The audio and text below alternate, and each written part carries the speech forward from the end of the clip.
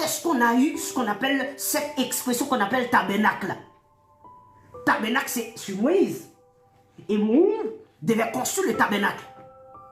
Et lorsque Moïse devait construire le tabernacle, on lui avait dit quoi? Prenez garde. Hébreu 8:5. Prenez garde à ce que tu respectes ce qui t'a été dit divinement sur la montagne. Que tu respectes les normes de la construction du tabernacle.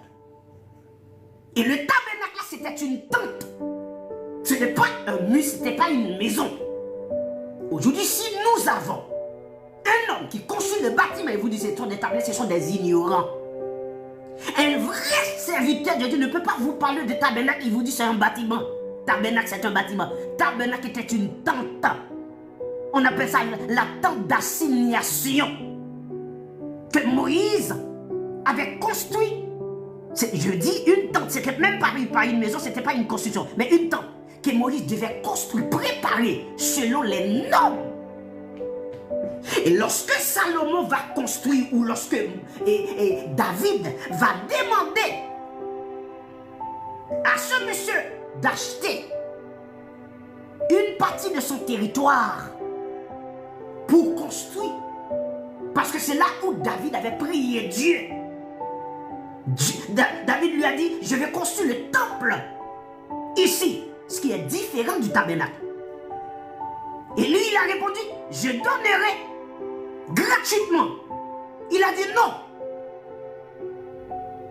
Ce que je vais construire là pour le Seigneur, là, ça, je ne peux pas le prendre gratuit. C'est moi qui le fais. Donc c'est moi. Vous voyez les volets pasteurs d'aujourd'hui. Vous voyez les criminels pasteurs d'aujourd'hui. Moi, j'ai vu Salomon. Il a offert 1000 bœufs. L'offrande de Salomon était de 1000 bœufs. C'est Salomon qui a offert 1000 bœufs à l'Éternel. Maintenant, les faux pasteurs satanistes qu'on appelle Grégory Toussaint, s'il veut faire des offrandes de Salomon, c'est que lui seul qui doit donner 1000.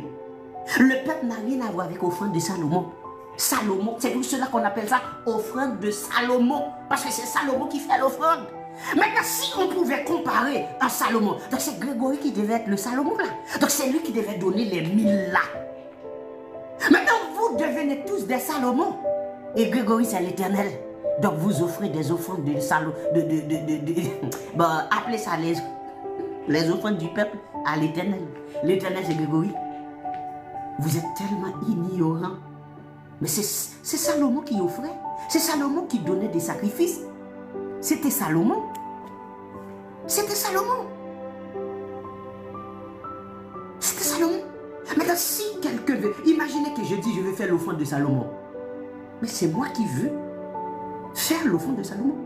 Ce n'est pas le peuple. Parce que quand on parle de l'offrande de Salomon, on parle d'une offrande individuelle, personnelle. Parce que Salomon, puisque Dieu avait fait tellement de choses pour lui, il commençait à sacrifier de bœufs. Il ne s'arrêtait pas, il continuait. Mais ce n'était pas le peuple qui donnait ça, c'était Salomon lui-même. Le peuple n'avait rien à voir avec ça. Le mec vous dit, c'est l'offrande de Salomon. Et ensuite, vous avez fait quoi? Vous n'avez pas lu votre Bible?